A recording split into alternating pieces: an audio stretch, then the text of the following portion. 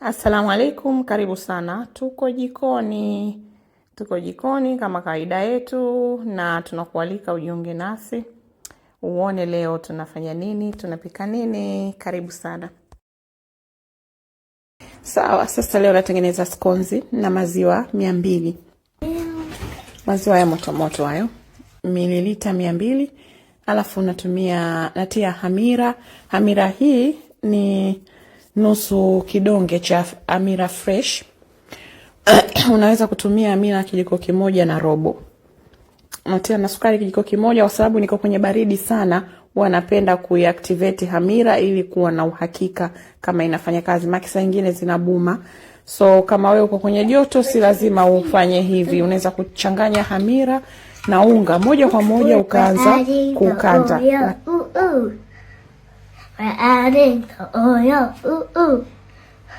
We're adding the oil, Okay, now we're going to mix the oil. As you see, my mom's mixing it. Look how yellow it is.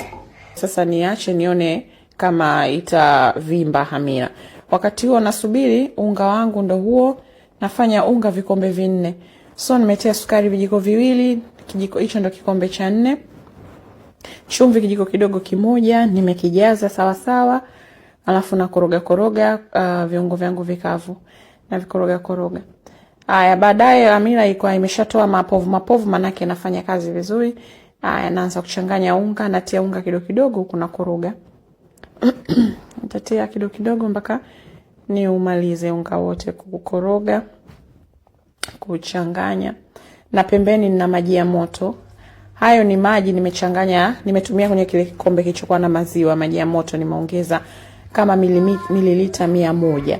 So jumla ya maji na maziwa ni 300. Nitaandika kwenye description box. Baada ya kuchanganya, kabla sijaukanda, nikauacha for 10 minutes.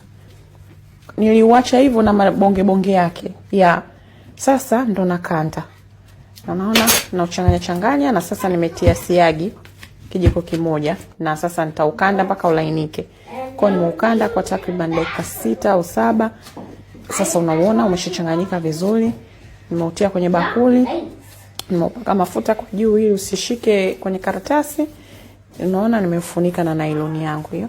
Afu nauacha uumuke mpaka uwe mara 2. Haya, ushaumuka tayari. Unaona sasa bakuli limejaa. Na utoa, na hapa hakuna kazi nyingi. Kwa mimi nimekata vipande 12 kwenye hivyo vikombe, nimefanya vipande 12. Kwa nitapata skonzi 12. Unaona nimefanya vaduala tu. Alafu nimeweka kwenye bakuli langu, na acha tena kwa dakika 30 hivi umuke. Unaona sasa ishaumuka tena kwa mara ya pili, imevimba tayari.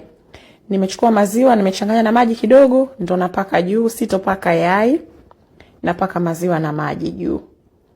Haya, tuje tupake hapo juu. Haya, tukapaka hapo mpaka mikate yote ikakamilika. Baada ya hapo, basi oven nilikuwa shaiwasha. Iwashe oven dakika 10 kabla ya kutia mikate yako. Nikatia kwa moto huo. Basi unaona mikate iko tayari. Alafu nikasubiri kidogo, afu nikaitoa ili isifanye mvuke. Ukiacha sana kwenye chombo chake hivi, pembeni inafanya mvuke, inaroa. Mvuke unakuwa maji, inaroa. Sasa kwa hiyo nimeitoa ili ipigwe na upepo vizuri. Baadaye ndo binti yangu akasema, mpishi mwenzangu huyu, siku hizi tuko wawili jikoni. Haya, ndo tukakata sasa. Ngoja tukuonyeshe mkate ulivyotoka.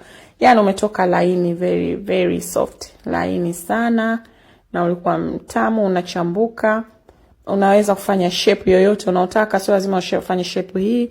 Ninapenda shape hii kwa sababu ni rahisi. Unavuta tu viduara basi. Lakini unaweza kufanya shape yoyote. Haya, si tumemaliza kupika skonzi zetu.